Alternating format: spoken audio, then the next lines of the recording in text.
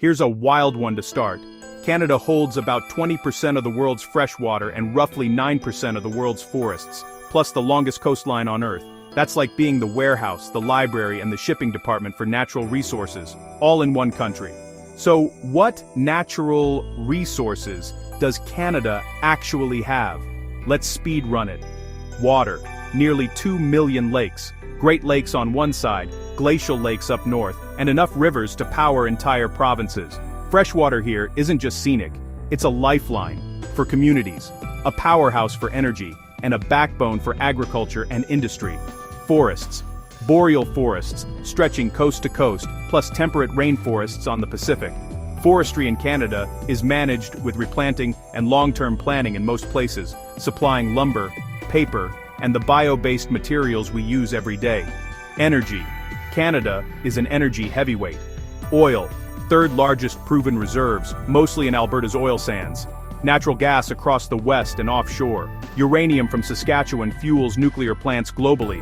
Hydropower. About 60% of Canada's electricity. Big rivers and huge dams in places like Quebec, British Columbia, and Manitoba. Minerals and metals. This is treasure chest territory. Nickel and cobalt for batteries, copper for wiring everything, gold across multiple provinces, diamonds from the Northwest Territories, potash. Canada's a world leader there. Critical minerals, lithium, rare earth elements, graphite, and manganese are being mapped and developed to feed the EV and clean tech boom. Oceans and fisheries.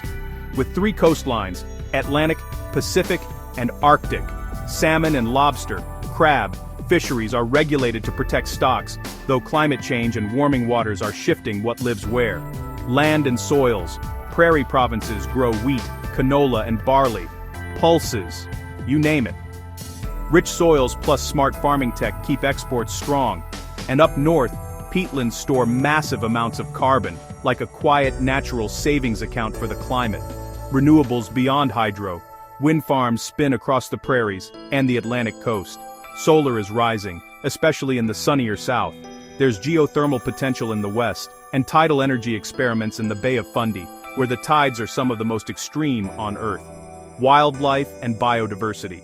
From caribou to polar bears to salmon and old-growth cedar, these are natural assets too, supporting tourism, culture, and ecosystems that keep everything else running. Now, the stewardship piece, because resources are only as valuable as how we manage them. Indigenous nations lead stewardship across huge areas, guiding sustainable practices and land rights. Wildfires are getting more intense. Forests need smarter management and fuel reduction.